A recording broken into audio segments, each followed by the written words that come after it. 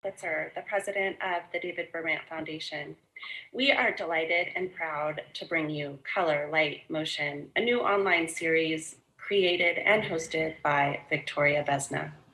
Thank you for joining, and please enjoy the series with Victoria and our first guest, ERKKI.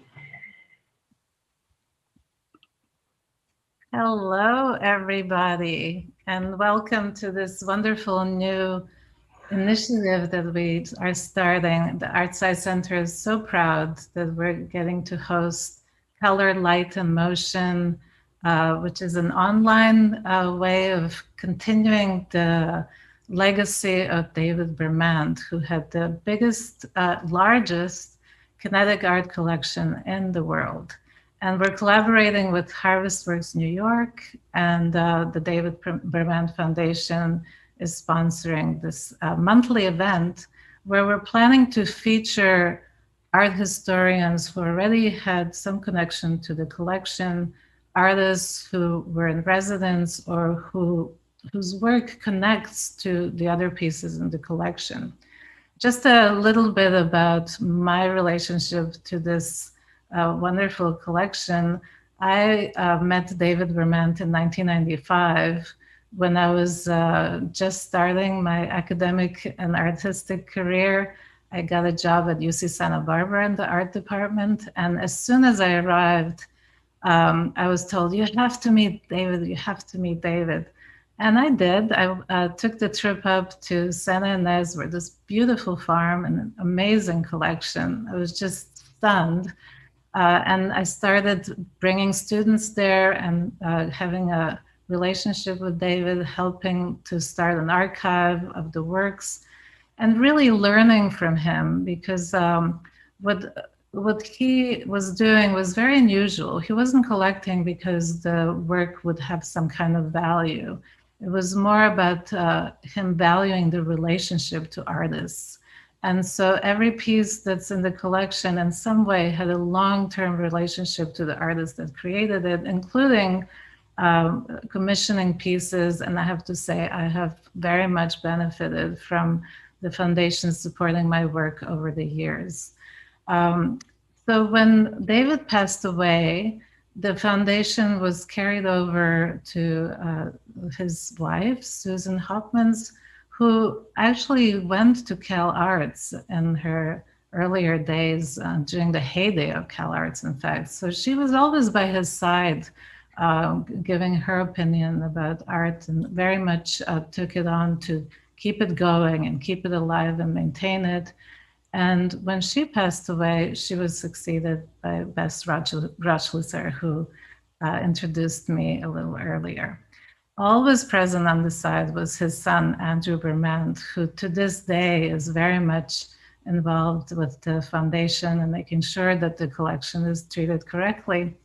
The collection moved after many years to the Butler Museum.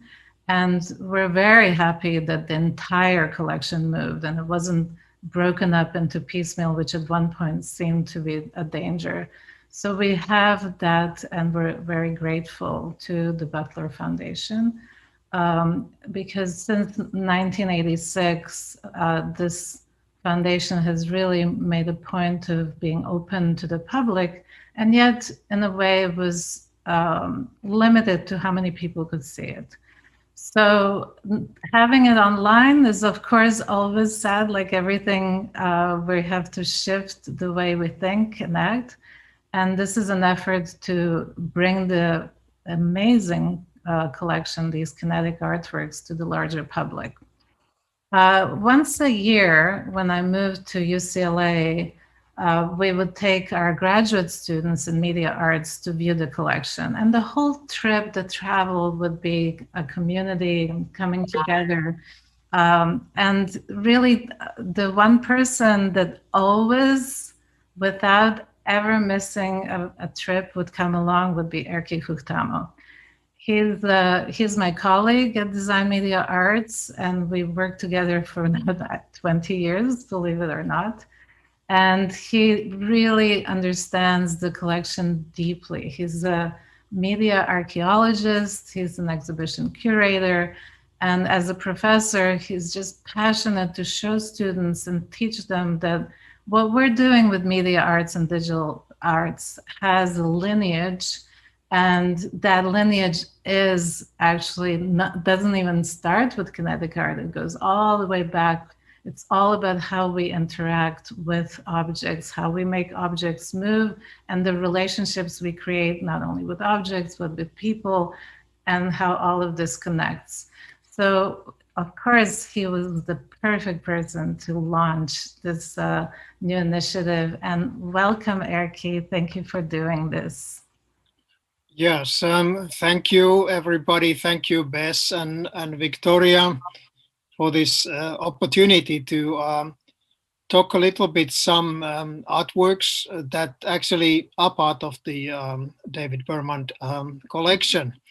And as Victoria already explained, I probably don't have to repeat those things. So I was in a privileged position of being able to visit the collection in its previous place many times and talk to Susan Hotmans, and who actually used to have a lot, not only kinetic art, but a lot of Chihuahua dogs and mini horses running around the collection. So we were joking that they were taking good care of the collection, you know, like scaring away potential thieves and whatever.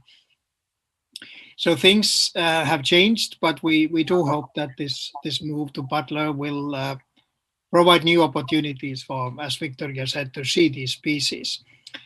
And in this meeting today, in this lecture, I thought that I will basically select two key artworks from the Bermant Collection and structure this presentation so that I will begin with one and I will end with the other. And while I will do so, I am trying to weave in a certain kind of, shall we say, media archaeological spirit, a kind of like a broad, wide cultural context that covers, in this case, so a big part of the 20th century, and we can see how that works. So to be able to do this, I have prepared little keynote presentation, which I would like to show you next. And when we're done, so we can hopefully have a little chat and discussion about these issues that this will be raising, hopefully. So let me share my screen. Wonderful. And I think you're going to share with us our favorite piece from Thomas Wilfred.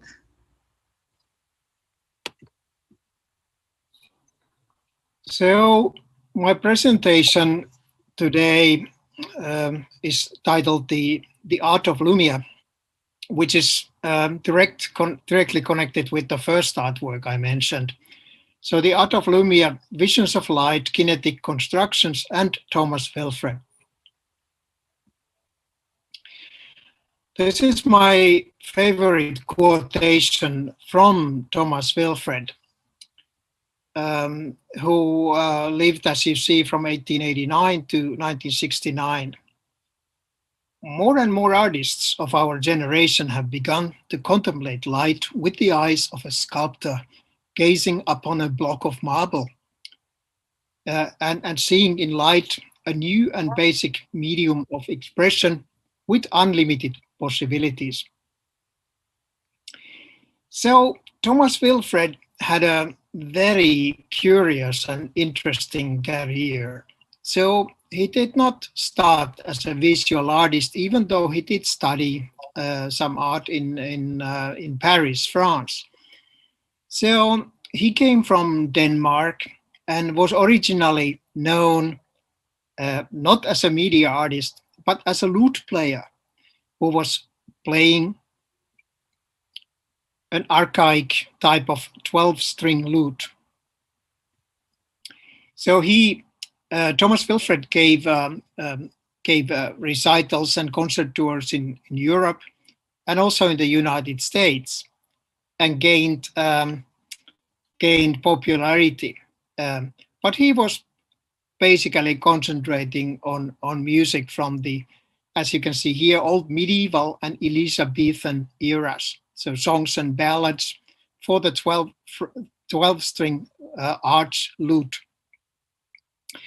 So how did Thomas Wilfred then end up being part of the history of an art and media and technology? In this picture, you see a caption which says basically that this work financed the early experiments with Lumia. And this happened, started happening in the end of the First World War around 1919. So from that picture to this one, there are just a few years in between, but you also see a very, very interesting change in the kind of technology that Thomas Wilfred was involved with. So he called Clavilux Lumia projector, also known as a colored piano, even though he did not like the words colored piano. But this was a huge instrument for producing spectacles of projected light. And he started giving these performances in the sort of like 1920s and gained quickly attention in the United States, like somebody like Leopold Stokowski, the famous orchestra conductor, came to one of his shows and was very impressed. Thomas Wilfred then started developing a full theory of light, and he started feeling that light was actually a potential medium for a new art form, which he called Lumia. This is one of the diagrams where Thomas Wilfred tried to explain how you can get from light, a radiant manifestation in space revealed by the visual factors, through form and color, to motion, and then used by the artist in the creative creation of a visual composition, projected on a white screen by means of a special instrument controlled from a keyboard, shown to the spectator. And finally, what results out of this is the 8th major fine art, the art of light, called Lumia. So interestingly, Wilfred soon started broadening his activities on this new field of Lumia by creating not only those kind of huge concert instruments, but also coming to the idea that these devices could be used in the people's privacy. This picture supposedly shows his first table model, Clavilux, which was a device for projecting on the ceiling a kind of a moving light, abstract light composition.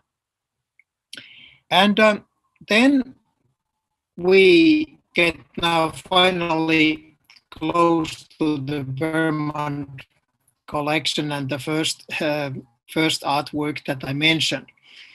And this piece is called Home Clavilux or Clavilux Junior. Here the idea was to create a device that is actually interactively controlled by this, you see Wilfred himself on the right, holding one of those control devices. It is a kind of a beautiful Art Deco cabinet, which is in the corner of the room, and you open it and it has a screen on top. And so when you start the device, you experience a sort of like dreamlike, slow, abstract light color composition that probably would put you to not to sleep, but to daydreaming mode, and possibly sort of like make you think about other spheres than your everyday duties. The interesting thing about this device is that this was the very, very earliest times of television. So when hardly anybody would have had an experimental TV model. But in a way, in my way of thinking, this piece represented a different idea and vision of this kind of TV-like, but very different devices for the living room. So we may imagine that what might have happened if the device so Clavilax Junior would have become a huge success instead of the TV.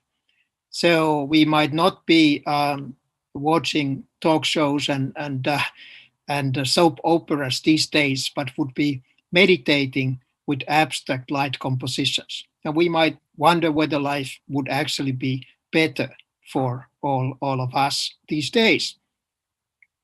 This is Pascual, one of the former DMA grad students, demonstrating the device in the former location of the Bermant Collection at the Santa Ynez Valley. So this is the controller. So this is a very, very early and interesting idea that it provides the user possibilities of modifying actively.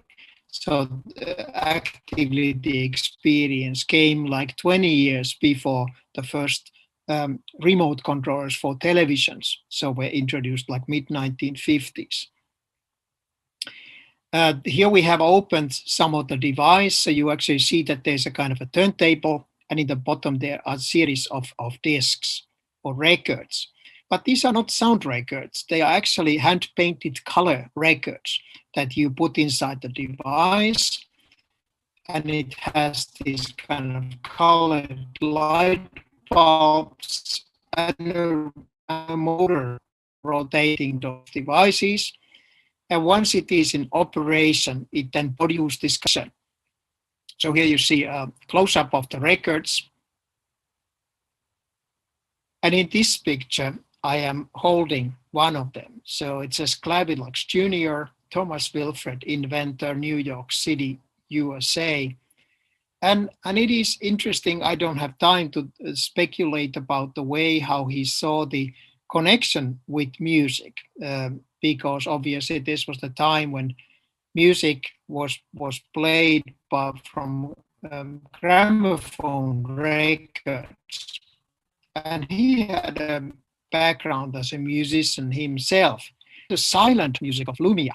So the silent music word is important because he deliberately dropped the music, the sound part. So he stopped being a musician in the traditional sense and instead started producing a kind of music of light and color. So not combining these two, but shifting from one to another. So I just showed you a very, very quick example about how those would have been working. So here, actually, we just see that he had a very big vision about Lumia. So not only concert halls, homes, but also public spaces. So this is Wilfred's plan for a visual silent carillon, which would be on top of a skyscraper. So when we think about Thomas Wilfred and his amazing career, which actually lasted until the 60s, he made all kinds of compositions and also a very famous piece for the Museum of Modern Art in New York. So it raises this question about Wilfred's context and influence. Where did these ideas come from, and whom did they influence? And I would like to share a couple of ideas about that topic. So this is a short lecture, but let's see what we can say. First of all, an important background was the search for a new spiritual unity that we find in the world around 1900, something which had to do with the so-called fin de siècle environment, but also with this sort of like emerging modernity, where synesthesia, or the theories and ideas about the interchangeability of the senses, for example, was a very important influence. Also cosmical and mystical tendencies of the time, but merged with scientific inspiration, forming very complex and paradoxical forms. For example, Alexander Scriabin, the famous Russian composer, composed something called Prometheus, or the Symphony No. 5 composition of Poem of Fire, where he actually not produced only music, but even a score for something called Chromola, an early example of a light piano. Or we could think about the Kazimir Malevich, the Russian painter, and his ideas of combining various influences from P.D. Uspensky to Russian futurism, new sciences, ideas about the fourth dimension, theory of relativity, cosmic consciousness, and so on. And actually, Wilfred also was influenced by these kind of ideas. So he, especially theosophical thinking. So he actually formed a group of theosophical thinkers called the Prometheans in New York. So Malevich's famous abstract paintings, which were not only abstract in the sense that we normally think about abstract art, but in a way kind of like windows to this kind of other dimensions, whether that is the orbit around the Earth, the kind of idea of space travel, or whether it is some kind of inner dimension. This is a very famous photo from the last Russian Futurist exhibition, 1915. And if we look at the upper corner of the room, we see Malevich's abstract painting sort of like in an unusual position. And this is, of course, because in the Russian homes, this was the location for the holy image, the icon. So kind of like a window or a doorway to sort of like move between different kinds of realities. Vasily Kandinsky would be another example, so pioneer of abstract art. And Vasily Kandinsky's paintings, of course, often raised also the idea about motion and movement and sort of like kind of silent visual compositions, like this famous one from the Guggenheim Museum. And visual music started developing as part of this. So color organ was a new instrument. We already saw that for combining sounds and images. It also had a history, which I do not have time to go into in detail here, but it goes back to the 18th century, to Abbe Castel's color light music, or, for example, Georges Frédéric Eugène Kastner's pyrophone, 1870s music, where keyboard controlled colored gas pipes. Or we could look at other parallel creators like Mary Hallock Greenwald, an early female practitioner of media arts. And Mary Hallock Greenwald was a Lebanese pianist, instruments called the sarabet, and even created a visual music system called Nuratar, in a way a parallel development to Thomas Wilfred's Lumia. Mary Hallock Greenwald was an astonishing figure, like Wilfred. Wrote this book called Fine Art of Light, Color Playing, Nuratar, and took many patents for technological inventions. And then we have people like Oskar Fischinger, the great pioneer of abstract animation film, who actually moved to California. This is just a still from one of his many works. Also was involved with visual music.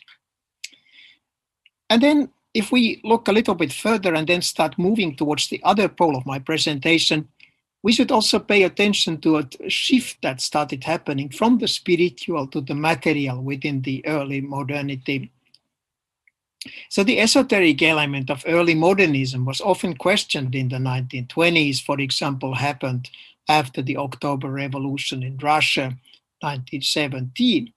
So machine analogies became common. So the Soviet Bolsheviks treated the body of the worker as a kind of a machine that could be trained. They were influenced by also American industry, actually, and theories of work like Taylorism and science of work. And what is interesting here is that the idea about constructivism became linked and connected with the idea of machines. Here, people, Hungarian painter and artist who worked at the Bauhaus as a teacher, I mean many other places, became central. And for example, he stated that the reality of our century is technology, the invention, construction and maintenance of machines. And so to be a user of machines is to be of the spirit of this century. And it has replaced the transcendental spiritualism of past eras. So Moholy-Nagy, for example, made his own color light machines like the light space modulator here, and develop an idea what he called about the total work. So the idea that Gesamtwerk, so that this kind of idea of light and machinic art should expand to any and all forms of society. And here there is an interesting and partly paradoxical link with the 19th century and, for example, Richard Wagner's idea about Gesamtkunstwerk. This was a kind of an operatic creation, which Wagner, the German composer, didn't want to call opera because he thought it's a new art form that would bring together all known and existing art forms. Something that he famously demonstrated at the Bayreuth Opera House, which he built, and which then notoriously influenced the Nazis in Germany, like these color light spectacles, actually organized by the Nazi architect Albert Speer for the Nazi rallies in Nuremberg. Here we see one of the paradoxical and in some sense quite problematic aspects of the legacy of modernism. Now, the tradition from people like Wilfred and all those others, Moholy-Nagy, naturally continued after the Second World War. And we might mention Wen-Ying Chai, artist whose work is also featured in the Bermant collection.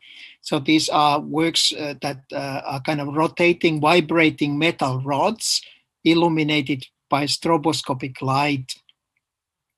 So creating virtual volumes, something that was influenced by the work of Naum Gabo, who was one of the early Russian constructivists. This is his famous piece, Permanent Wave.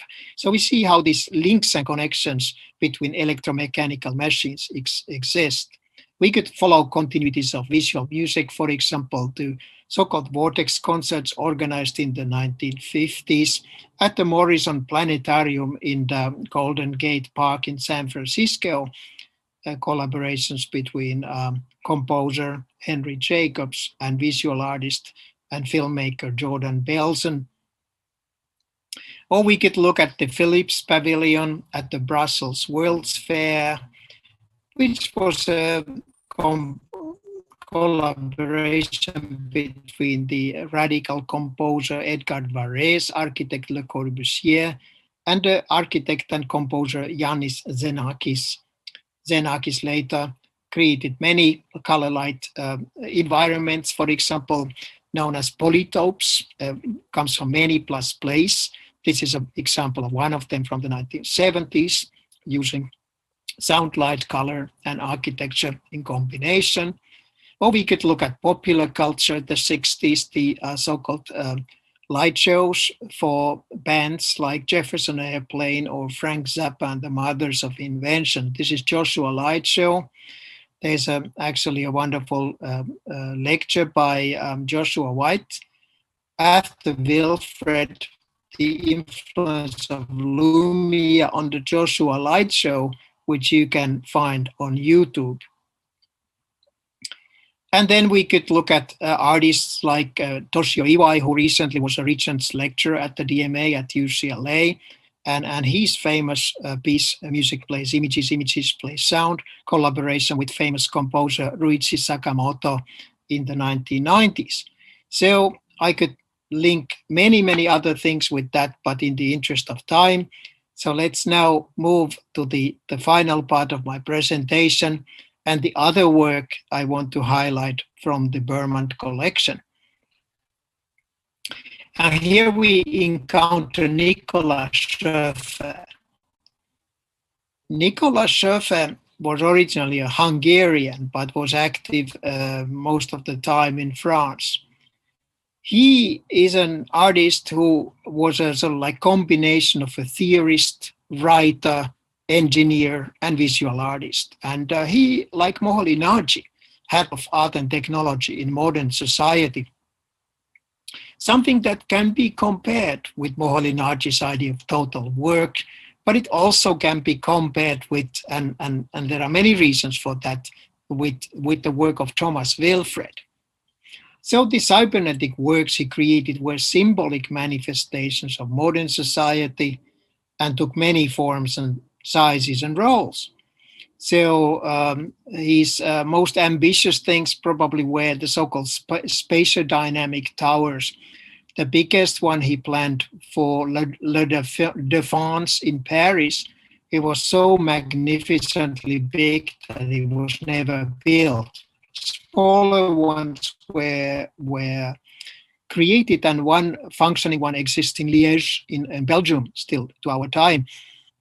So these were sort of like kind of like responsive huge sculptures that read with sensors light and sounds and things, and wind and other stimuli, and then responded with their own sort of like compositions. Or he had something called SCAM, or Sculpture Automobile, which was a prototype for mobile kinetic art that would have been traveling the cities. Many works were used in on stage as part of ballet performances. This is Nicolas Schöffer's spatio-dynamique mobile sculpture with dancers like Maurice Béjart. And then he connected, actually, interestingly, with the tradition that Wilfred has started, and this is pretty interesting because in this case he started thinking about art also for the home. So devices like Lumino, in a way, connect with the Clavilux Junior devices that were made by Wilfred, because the idea is that these were actually made by the Philips Corporation, and you could actually buy one of them and use it much like Wilfred meant already in the 1930s in your home.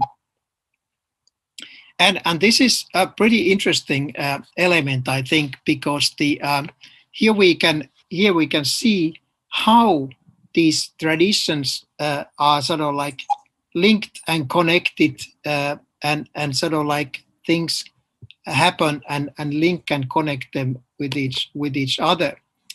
Now, something happened with the program, I think, because somebody entered our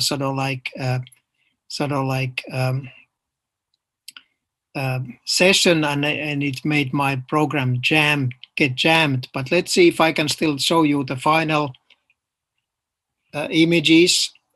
So this is another Lumino and called the Mini Effect. And then something called Varetra was particularly interesting. ERKKI, sorry to interrupt.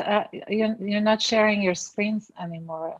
Okay, sorry. Let's because it jammed. Okay, just a second. Yeah. Zoom is a little. This happened because someone came to this session and.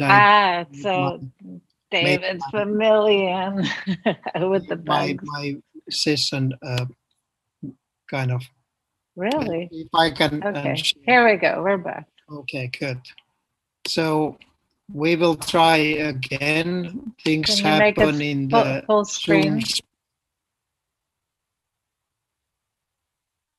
I am trying. Is it full screen? It's working on it. So anyway, I was just saying. It's still not full screen. Okay, there we go. Okay, we're back. Full screen and we're back. We're very good. much. All right. So things happen in the global space. But we were talking about Nicola Schöffer, and I was drawing this connection and link with the Thomas Wilfred, who had this radical idea of making artworks for people's privacy, changing lives, not in galleries and museums only, but where people spend most of their time. And this idea was then picked up by Nicola Schöffer with the devices like the Lumino and also Miniature and the Varetra, which is this one, which I mentioned, is very interesting because it is a kind of a modular kinetic sculpture system. So you could actually buy several of these and arrange and combine them together the way you want it in your living room. So leaves me to the final image, which obviously is the piece that can be found from the Bermant Collection. This is Microtam 12, Microtam 12, which is a wonderful piece that I am not going to play, but which you can actually find if you go to the Bermant website and look for Nicola Schöffer and Bermant, or Nicola Schöffer and Microtam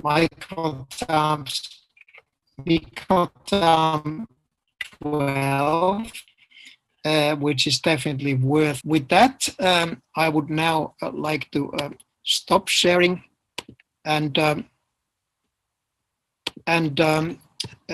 hope that this way that I tried to sort of like bridge two pieces in the Bermant Collection and use them as a way of time traveling, not just in a linear way, but also sort of like taking stops left and right and back and forth. Could sort of like make you interested in this wonderful collection and treasures it has to offer. So thank you very much. Thank you so much, ERKKI. I'm sure there's comments and questions from the audience, but before we go there, I just wanted to make a comment that maybe you could elaborate a little more on. It seems that one thread that's continuous throughout is sound and motion and light somehow connect them. So all these artists incorporated sound, even if they didn't work with sound directly. Like Clay, they actually were informed by sound. And a lot of times this is ignored when people are looking at kinetic sculptures. They see them as sculptures and the sound is described secondary. Can you comment a little more on that? Yes, I think that we talk here about these basic issues which have to do with synesthesia and so this idea about, as I mentioned, total work, Gesamtwerk, that I think Moholy-Nagy took from Wagner, but did not want to sort of like use exactly the same word as Wagner did for obvious reasons. Moholy was a leftist activist and did not want to identify himself with Wagner in any sense at all, especially when these Nazi connections became clear.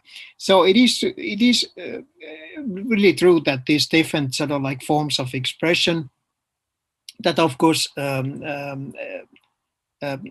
influenced and different sensory registers are a very, very important element and part of that. So many of these so-called sort of like color light pianos, for example, were really devices that combined these three elements. So movement, motion, artworks that are sort of like dynamic, and they try to combine sound with visuals, with light effects and that kind of things. But I also think that it is also very interesting that Thomas Wilfred chose a different way. So the idea that even though this whole idea of starting with a musician and a successful musician who actually made money with being a Renaissance lute player, so that he then decided that the new art form does not need that extra addition to it. So the music is transferred to another register. And I do not fully know myself, I mean, all the reasons and motivations behind this choice, but I do think that it probably has something to do with these theosophic interests, the kind of, so the idea that these subtle light compositions are in themselves a certain kind of musical experience. But we do find many different kind of elements and combinations, like Moholy-Nagy, basically the light, color light. So his Lichtrequisit, that light space modulator I showed, did not have a sound component either. But it could be used also on the Bauhaus stage as a kind of like a theater prop without actors, that kind of things, and could be combined. So we do not only have one line, we do have a sort of like a flux of different combinations on this field. It's a very, very rich development. It's very interesting to me when you made the point that this tendency towards Malevich and the others in spirituality and moving towards the machine, and how that shifted into this very materialistic way of working. How do you see that in relation to contemporary movements? Well, so I probably would have to think a little bit about how that fits, but generally speaking, I think we probably are able to find examples of all of these elements. So as you know, and everybody knows, so the contemporary cultural world, the world of arts, is extremely varied and layered and that kind of thing. And we certainly do find, this kind of so this this materialist line that we can trace from constructivism of Moholy-Nagy and Tatlin and others through Nicolas Schoeffer to other people doing sort of like more formally oriented work. But at the same time, I do think that we see a lot of like reactions against this kind of like sort of like, shall we say, technologist line of work. That doesn't mean that the technological elements would be abundant. It's just a kind of like sort of like redefining the goals and things like that. I do not fully know. I would have to think more. I mean, how this line links, for example, with a certain kind of spiritual element, but I do not think that it has disappeared. It's a certain kind of fluctuation of links and connections. So that's how it always works. It's a certain kind of like a living motion that sort of like brings these things and elements together. So these traditions, I think, are very much alive. And that is one reason why this kind of a Bermant collection is very important, because it does not represent only one line.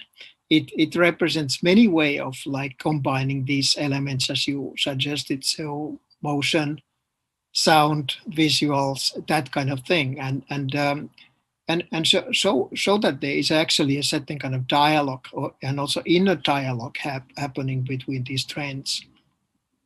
And this, of course, was David Bermant's passion, to just really show how these elements come together and how science influences the thinking, not only technological advancement. We were very fortunate to go there with our students, and the students were really fortunate who went there physically to see the collection.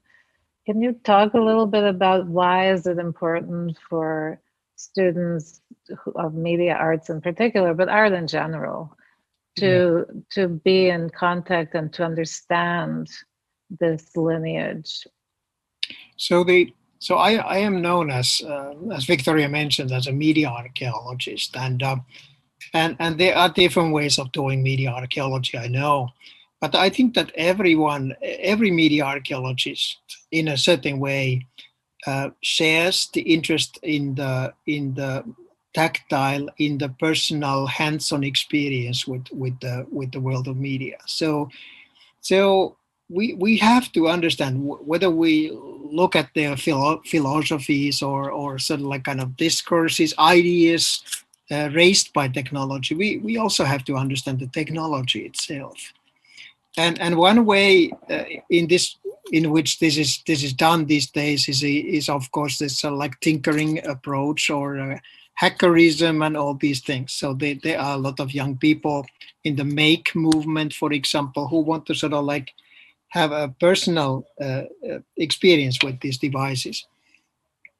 So what those visits to Bermant Foundation gave, I think, to many design media arts students who now sort of like are professors or artists around the world, was actually this sort of like personal experience. For myself personally, I remember the first time when I was able to explore this piece that I talked about, the Clavilux Junior for the home.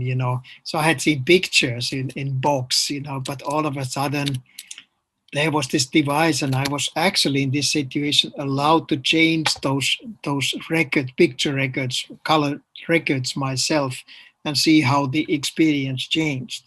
This is a wonderfully important experience, but this is a bittersweet comment from me because I'm a collector myself, so I have a large collection of antique optical machines that go actually way further back in time, like to the 18th century, than the Bermant Collection.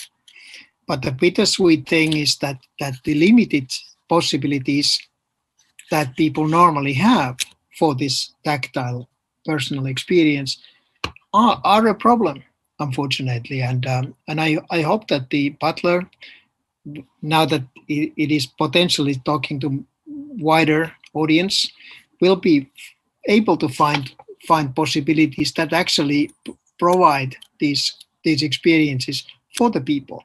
So when in the previous place, it was of course a very privileged possibility. Very few people had a chance to do it this way.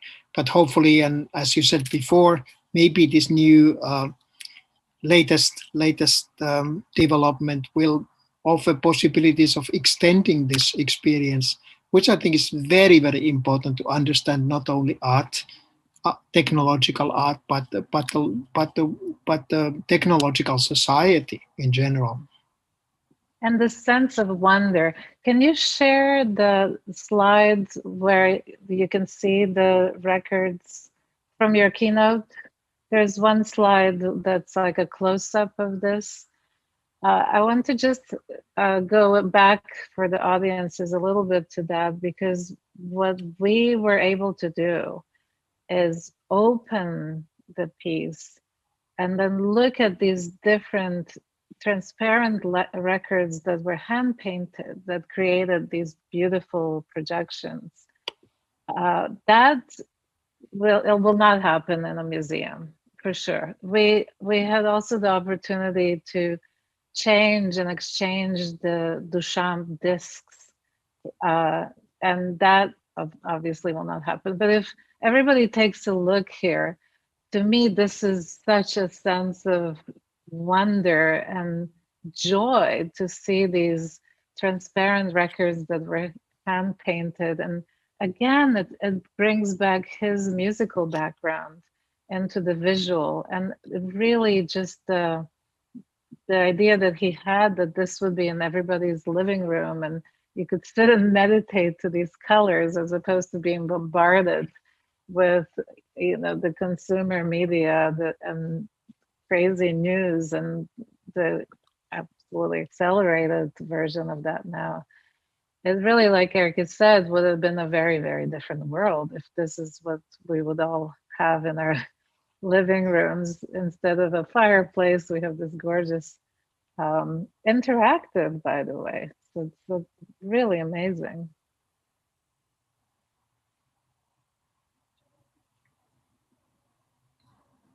ERKKI, do you have anything to add to that? Well, I think you said it all, but this idea of interactive technology is actually an interesting point, because I mean, it's very typical to sort of like see interactive technology just as a sort of like very recent things. Now everybody has their smartphones and completely all the time swiping their screens. That obviously is a form of interactive technology. So is the laptop computer that I'm using to talk, to make my talk and show those pictures. But this piece by Wilfred was interactive technology too. So it gave the user a possibility to sort of like really negotiate that experience with the device, and in multiple ways, because you actually had the separation between software and the hardware itself already there, you know. And then you had this remote controller, a very wired remote controller that allowed you to adjust that, you know, according to your mood and that kind of things. So that is already part of an interactive relationship between technology. We could, of course, talk about optical toys and that kind of things as well. So it's something that I've been trying to sort of like talk about a lot in my work, about how these traditions that we often see as very recent, very often have been sort of like coming and going, coming back, you know, like movies, watching movies in the movie theater became very, very important for many decades, but it's not that way anymore. Now this sort of like interactive technology has been coming up and gaining a lot of attention from people. That actually existed before the movies, and now it's coming back. So this is how these things work. So Sally Weber is one of the artists that is also in David Bermant's collection, if you remember her beautiful work. And she's in the audience, and we will actually have Sally as one of our featured artists down the line. She made a really nice comment that presence was really important to David Bermant. And that this work is important for new media artists and immersive technology, that the idea of the audience being immersed and being present in the work and not a passive viewer. Thank you, Sally, for that comment. I'm actually, there you are. Oh, there's Christiane. So we have two people who will also be featured in our next sessions or episodes, we call them now. David Bermant, David Familian, apologies. I got David Bermant in my head. I wish we had David Bermant too, yeah. Yes, his spirit is here. He's calling. And I'll channel him. Please join us with your video. And Christiane Paul is joining us from New York. And both David and Christiane were in residence and really contributed beautifully. Is Karen Moss with you, David? She's listening. I don't know if she's on the Zoom or not. It doesn't look like she's on. I can go check. Well, I'll just mention that David's other half is Karen Moss, who's the curator, and she and David were in the site for a while, and they actually contributed in a big way by reconfiguring, moving the collection around, and recontextualizing pieces that were at some point kind of randomly just thrown around. And Christiane Paul was also in residence and contributed also with a beautiful essay that we have online for everybody to listen to. So it's great to see you. I haven't seen Christiane in such a while. How are you? I'm all right, hanging in there. I actually wanted to briefly add something to a point you earlier made about access and privilege. I must say, being at the Bermant Collection thanks to you, was really the most privileged art experience I had so far. Because if you're a resident, you're living in this beautiful ranch with the exhibition space right next to it. And not only is it like, not only spending a night at the museum, but actually spending a week at the museum. And you are at any point able to turn on the works and look at them. Is it, oh, do I turn on the Namjoon Pike? This privilege of interacting with work as basically an audience member is something you never have and never get. It was absolutely amazing. And it was incredible to also get your feedback, because you and then David and ERKKI and everybody brings their different perspective to it. So we just really felt this is so amazing to have somebody in there, because you develop a different relationship with the pieces. No matter how many times you go back, you have a different angle to it. I think that's why ERKKI kept going back, because you start seeing other different layers of the works that are presented there. So it's so good to have you back and to, you know, try to do it this way. I guess all three of you, it would be great to get your feedback about how are our relationships to the artwork, art making, curating, presenting work changing through this pandemic. It's definitely not going to go back to the way it was. And what are the pros and cons? I mean, Christiane, you've been working with online galleries forever, right? So it's not new. And Karen is joining us. How wonderful is that? Hi, Karen, welcome. So I guess, Christiane, it's a question for you first, because you've been working online since the 90s. That's how we met. Hi, Karen, welcome. Hi, Karen. Yeah, it's been an amazing experience. Obviously, the art world last year moved largely online with all aspects of its programming. And for all of us who have been involved in online art presentation, exhibition making, it was almost a flashback to the 90s, with seeing all of the mistakes being repeated, you know, as art operations really moved online. So on the one hand, I think hopefully there will be a little bit more of an emphasis on online presentations of exhibitions and programming, even when we're returning to physical space. And I realize that there's enormous craving to return to physical space and art objects, as long as the art isn't online from the start.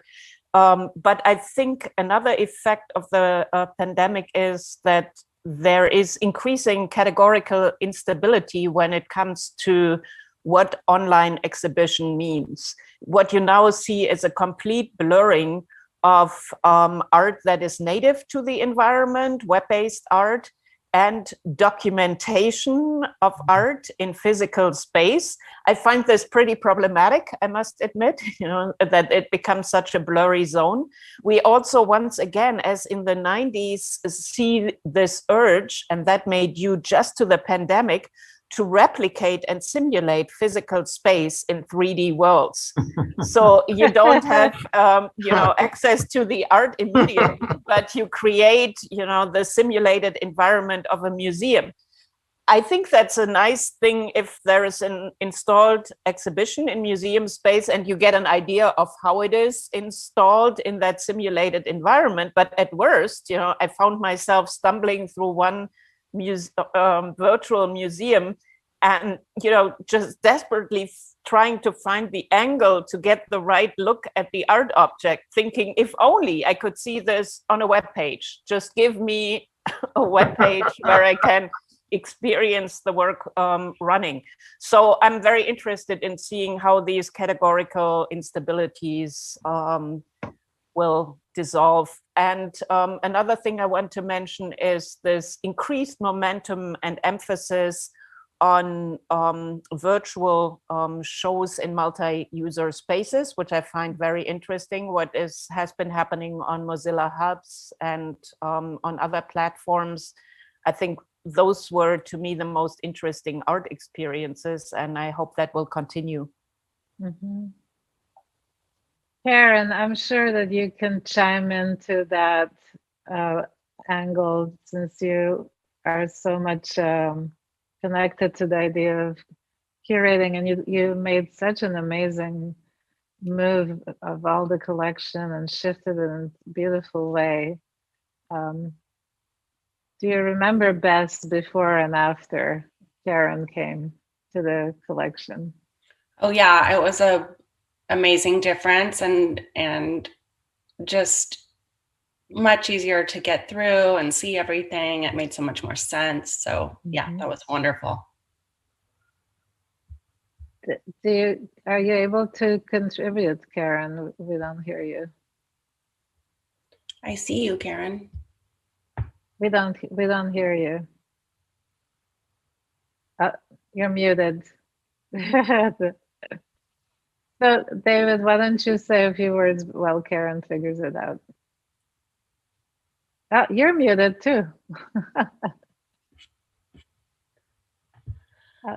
Connecting. She's connecting. Here she. Oh no. Let me see if I can do it for her. Hi, can you hear me now? So sorry. Welcome back. Thank you. The Zoom completely crashed. I wanted to echo some of the things that Christiane said. First of all, for those of us who teach, it's really challenging, particularly because I teach curatorial practices, to work with students in some virtual environments when you really want to work with art objects. That said, I think and I agree, it's incredibly tedious to click through those virtual tours in galleries and museums. But I think there have been some successful examples of artists working, as you said, in kind of multi-user formats. One thing that comes to mind is the artist Peter Wu, who has the project called Epoch Gallery, where he invites artists to come and address a particular theme, such as the first one, for instance, was fallen monuments, which he did last summer.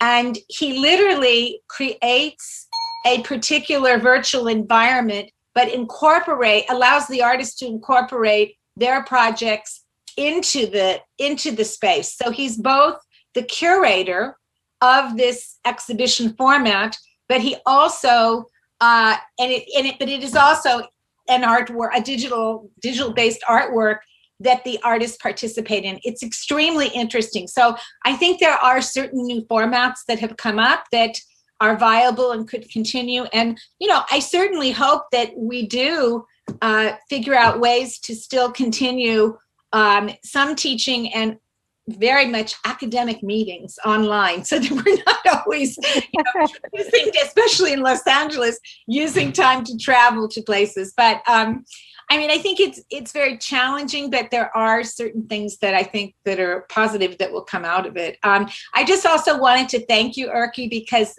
it is so hard, particularly on Zoom, to do lectures, and your lecture was wonderful. And I'm so happy to see that, serious art history in a beautiful visual presentation that took a trajectory but made it extremely digestible. It was a wonderful talk. Thank you. Absolutely true. And I'm curious for both of you, all of you actually, for museums, it's been established museums, I should add. It's always been very much, we bring in the pieces that are online, we kind of show them, but really on the sidelines, almost like some fun stuff, but never part of the marketplace or the actual value system, if you will. And I will say that the value system is hugely problematic because it ended up being an exchange that made no sense unless you were in Wall Street type of mentality. And recently, students pointed me to a site where 3D objects were being sold with Bitcoin and crypto, and there's this kind of crazy thing about selling digital arts, and it was just moving really quickly to the point where I was actually in disbelief and got confused how I felt about it, because there's all kinds of issues coming up, not only economical, but ecological, because of what Bitcoin and all these crypto systems and AI actually do to the environment. Have you thought about that? I mean, it's, this, especially Karen and Christiane, I mean, you really work with established museums. So I'm just curious how you see that part of it shifting for artists. Yeah. So first of all, I must say that over the past decade, or at least 8 years, I would say, the market for digital art has really changed. I have been increasingly invited to art fairs, from Frieze to Chicago Expo, to talk about collecting digital art. There is a growing collector base right now. I also, since 2017, have my own acquisition committee at the Whitney Museum now for acquiring digital art. So I think in general, the situation of buying, selling, collecting digital art, the market has very much changed. I think partly due, for better or worse, to so-called post-digital and post-internet art, which is more object-based and found its place on the market fairly quickly, but that really helped. And of course, we also have seen for quite a few years platforms such as Sedition or Data Editions that have marketed and sold software art. Now, right now, NFTs, non-fungible tokens, and crypto have been all the rage. From my perspective, this is actually enormous potential. There's enormous potential in that, because this is a system that would be able to really establish new models of thinking about owning art through shareholder systems. Yeah. So I think conceptually there is huge potential in this. Whether that will default to some kind of dubious market system or not is one issue. I'm a little bit concerned also about the press, because what you encounter there are often, as in the recent New York Times articles, memes being sold, rather than fine art per se. I did a project with Jennifer and Kevin McCoy for the Whitney's Artport website a couple of years ago, called Public Key, Private Key, in which they played with crypto, with the blockchain, and tokens to experiment with donorship. They gave a 16mm film to the Whitney Museum, donated it, and then sent out a call for application for donorships. So people actually could apply to become donors of that work and be officially registered everywhere as the donor of that work to the Whitney Museum of American Art. And it was amazing to see how excited people got about this, because they had to send in little applications, and many of them were saying, look, I'm not rich enough to ever be, on a wall as a donor of an artwork to the Whitney Museum. This is great.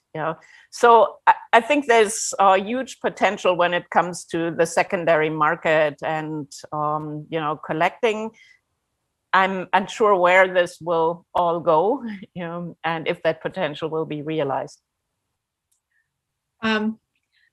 Just to piggyback on that, I can tell you that one of my colleagues from USC, Roski School of Art and Design, Edgar Arsenault, has been doing lectures and conducting classes for artists on how to deal with collectors who want to use cryptocurrency. And he sees it as kind of a liberating possibility for artists who are especially not represented by blue chip galleries or aren't in major collections, to be able to have a new system of exchange, and it really empowers them. He has a whole theory about this, about how this is going to really catch on and continue. So we'll have to see what happens. I was just reminiscing about something that will make you laugh, Victoria. You know, we've come a long way since 1999 when we presented Steve Dietz's Telematic Embrace at the San Francisco Art Institute. And it was just weeks and weeks of installation and technophobia and everything. I mean, I think it's you know, over 20 years now. And I think that it's really interesting how I think a range of digital practices have been imbricated into, as you were saying, Christian, exhibition acquisition committees, the fact that curators with real expertise in these areas are now being hired in many museums, not just major museums. You have a group of younger curators, someone like Legacy Russell comes to mind, who is at the Studio Museum, who is both curating, you know, somewhat traditional artistic practices, but has written the book Glitch Feminism, and she has a new book coming out that's called Black Mean. She's completely, you know, involved with the discourse of digital practices and how they relate to current socio-political issues. So I think that things have really improved. They've changed, but I still think there's a way to go in the fact that, you know, there's not the same, perhaps, infrastructure in certain types of publications and press and general attention that you might get to traditional museums. And perhaps this whole COVID thing is going to shift that as well. I think this COVID thing is a tectonic shift in everything, from collecting, which is what we're talking about now, to education, which ERKKI and I are experiencing, and all of us, actually, I should say, big time. And it's all got flip sides, right? So it's got a potential danger, and it's got some great parts of it. I mean, I've taught online large courses forever, for 10 years now, and it's been like pushing, and it's always these excuses why we can't do it, da da da da da. But then when push came to shove, boom, everybody's online. So these changes happen so radically that we're in the midst of it. We don't even know what's going on. We're in the midst of the storm. And some of it, I think, will be really excellent. Some of it is potentially really dangerous, especially when it comes to the environment. That's, to me, my biggest concern about everything. But the most important thing, and what is the silver lining in this dark cloud, is that we can do this. We can be in many locations and talk about what's going on and put it out into a larger audience, so that the awareness is there and we can have at least some mental input into how all of this shifts. Because the shift is happening, and I believe in this kind of quantum type thing where there's many different possibilities of which way it'll go. And it could be a horrible way where suddenly we're doing total commercial art online and collecting crap and putting on Wall Street kind of thing, or it could become a different type of value system. It's really bringing it back to Thomas Wilfred, right? It could be this beautiful thing in your living room that could lead to a more spiritual, holistic way of looking at life, or it could be, you know, post-fact TV, you know, rambling at you and bombarding you until you don't know what to think. So where we go now is really important, and we have the opportunity to have these discussions. So I think art is always a reflection of society. And this kind of shift and the fact that the museums are where they are and trying to respond to it how they are is really about value. Like, what is it that we value? Is it money? I think so. My guess would be that these worlds and the tracks you described will exist in parallel, and it will go both ways. Yes. Yeah, it's always like that, right? Yeah. I mean, but there's always one that dominates, don't you think? I mean, we've been in a world, in the arts world, it's been very much dominated by a certain way of thinking. that did not serve a lot of people. It actually ended up serving the 1%.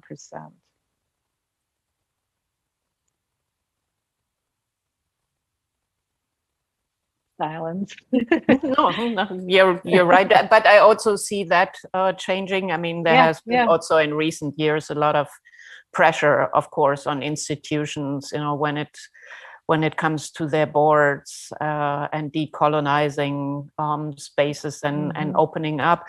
I mean, one of the big problems is that the art world also just reflects, obviously, the problems of culture and the world at large. You know, I actually, with all of the controversies surrounding board members and their records, I actually started researching where the ethically clean billionaires are. They're very hard to find. You know, they are very, very, at best, it's young former Google employees who made the money and then invested in, you know, ethically conscious ways. But getting to that point, it's very hard to find someone with a completely clean track record. ERKKI, what's your opinion on all this? Because you're also watching it from your point of view. So personally, and I'm going to give you a probably eccentric answer. You know, yes, I haven't seen terribly much art because of the Zoom fatigue, which I get a lot of invitations by email to attend this and that, but at a certain point I started preferring walking, and I never walked more in my life. I'm a big walker anyway, but my distances are now 3 times longer than they used to be, so which means once a week over 9 hours around LA.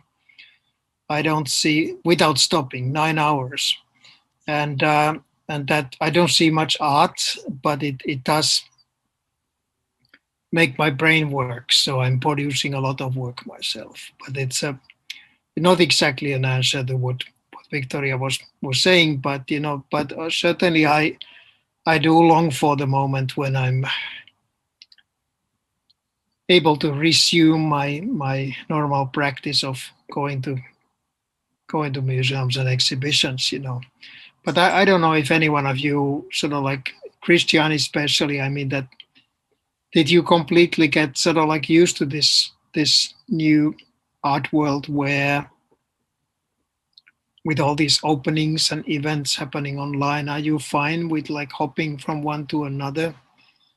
I definitely noticed I have certain kind of limits that I'm reaching from time Well, to for those of us who teach, you know, and also for students, probably even more, we are online. It went from a lot of hours, 25 hours was average for a while, to 40 hours now average. If you think about that, that's full time on screen. So of course you want to walk, right? You want to get out. And I think there's a lot to be said about walking with you. So for instance, I'm really curious. I mean, your walks are epic. You're basically going from the west side down to the east side and around back. And it's in Los Angeles of all places. So we're not even talking about, you know, someplace that's beautiful all the way. It's got its ups and downs, and God knows what kind of pollution you're inhaling in the meantime. in many ways, I mean, in case, I don't think this is a kind of an important topic, but in my case, obviously this walking practice has made me more interested in this part of the art history, which is about walking, you know. Yeah. So like reading and looking again, you know, the reading Breton's Nadja and Aragon's Paris-Bessin and looking at some of the early Situationist International writings again, you know, and and many other examples, you know. And I noticed that this is obviously not just kind of spontaneous, but it is part of a certain kind of aspect and element of the art world that has been sort of like influenced and connected with this idea about certain kind of a roaming art practice. And and I do certainly feel a certain kind of reconnection with that, you know, because it's been so ready of the art world that has been sort of like influenced and connected with this idea about certain kind of a roaming. Yes, feel a certain kind of reconnection with that. Karen, can you mute yourself because we're hearing hearing double. No, it's okay.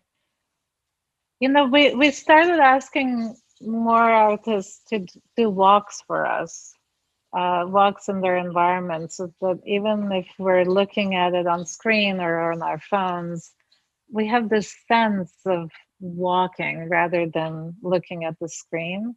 So Bill Fontana took us to the San Francisco Bay, where he does his daily meditations.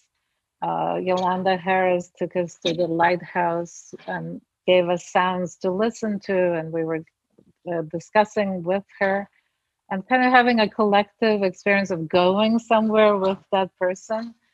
So it would be great if you bring along your phone and show us a little bit about your walk, ERKKI.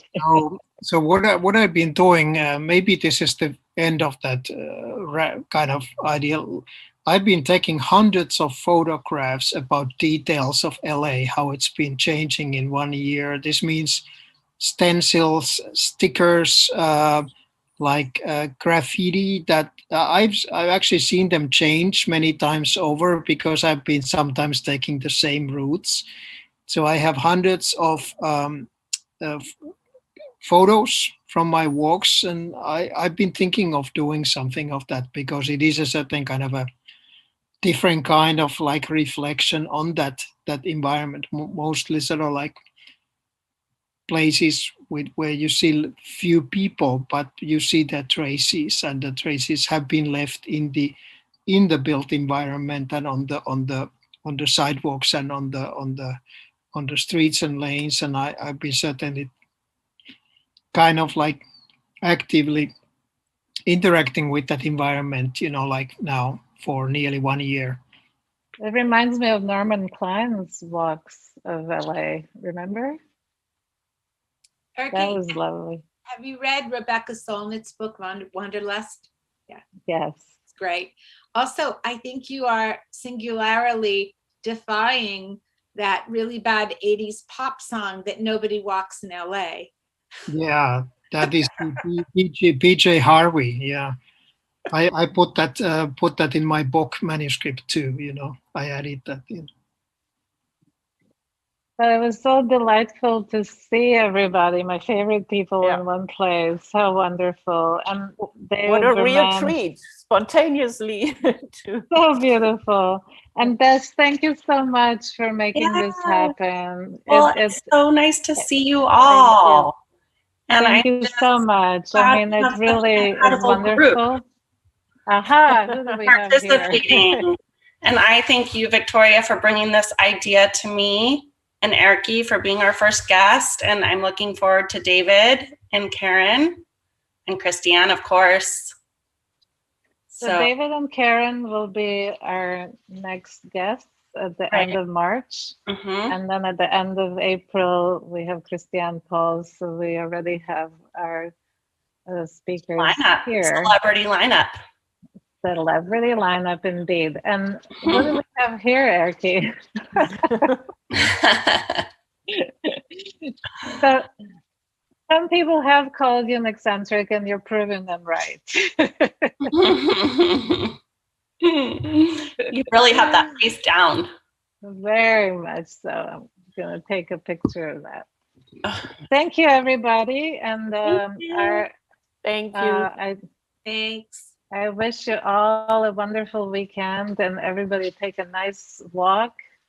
And thank you again to the David Bermant Foundation and Harvestworks. Thanks so Bye. much, everyone. Bye. Bye. Bye. Bye.